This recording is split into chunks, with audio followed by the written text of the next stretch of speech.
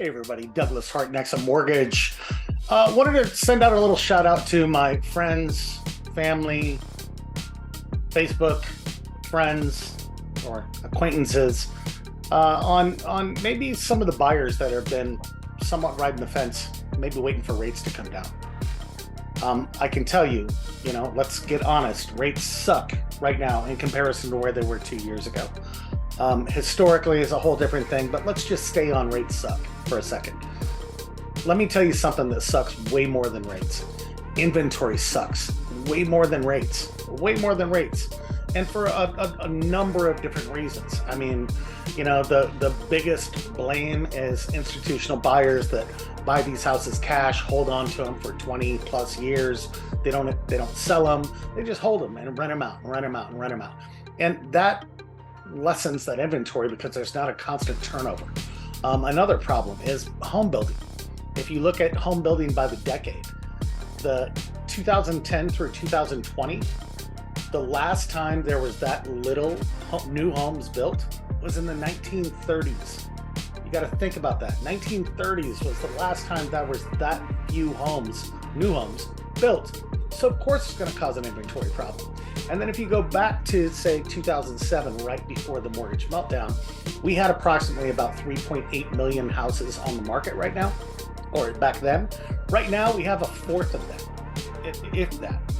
Might have 27% of that now. And the worst thing about that is we have a fourth of the inventory, but we have like another 13 million families out looking for a house or in need of a house, in need of something. So at the end of the day, our inventory is the biggest driver of home values, because less inventory, more buyers, favors the seller, and it just keeps driving the values up. Now, a lot of you might have experienced a little slight pullback in values, meaning because rates went so high, we lost a lot of buyers. Well, what happened? What was the sling effect of that? Well, we saw a slight reduction in value. That was not a decrease in value, just a heads up. That was more of a correction in value, because understand, for about a year and a half, homes were going 20, 30, 50, 70 grand over list price. That's also over appraised value, which what ultimately happens is that now becomes a comparable for the next home that sells, and the next home that sells, and the next home that sells. So it drove values up very artificially based on the panic in the market and people trying to get into the homes, hence overpaying for the home. Now, of course, right now we're in kind of a place where everywhere is starting to go back up. And why? It's because of inventory. Rates still suck. So let me give you a solution to this, all right? We are knocking on the door of recession. Recession rates typically get low. Every economist out there is saying in the next 18 months, at least the ones that are right on a constant basis, are saying in the next 18 months rates are going to come down. Some are saying into the fours, most are saying into the fives. So here's your cake and eat it. Get a seller credit, all right? Buy now, all right? Date the rate, marry the house, all right? But get the house before it goes up another 40, 50 grand in value. And then get a seller credit and do what's called a 2-1 buy down, or a 3-2-1 buy down. This gives you a lower rate that you're only using in a systematic or monthly expense at one at a time.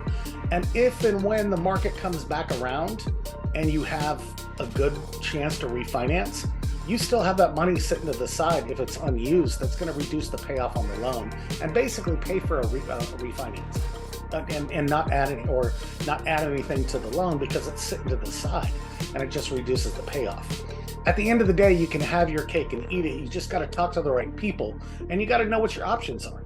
2-1 buy down, 3-2-1 buy down. It's the answer right now. And let me just tell you, numbers don't lie. When you look at the math of how much money you would save by waiting around for a rate 1.5 points lower, and compare that to how much money you're going to pay more for the house, you're going to lose every time. Every time. Like 100 out of 100 times you're going to lose in that transaction. So talk to a mortgage professional, preferably a broker. We got it all. We move fast, we close faster, we close quicker, we close at less cost, better rates, more options, more lenders. Love to help you out if I can. Hopefully this has been of some value.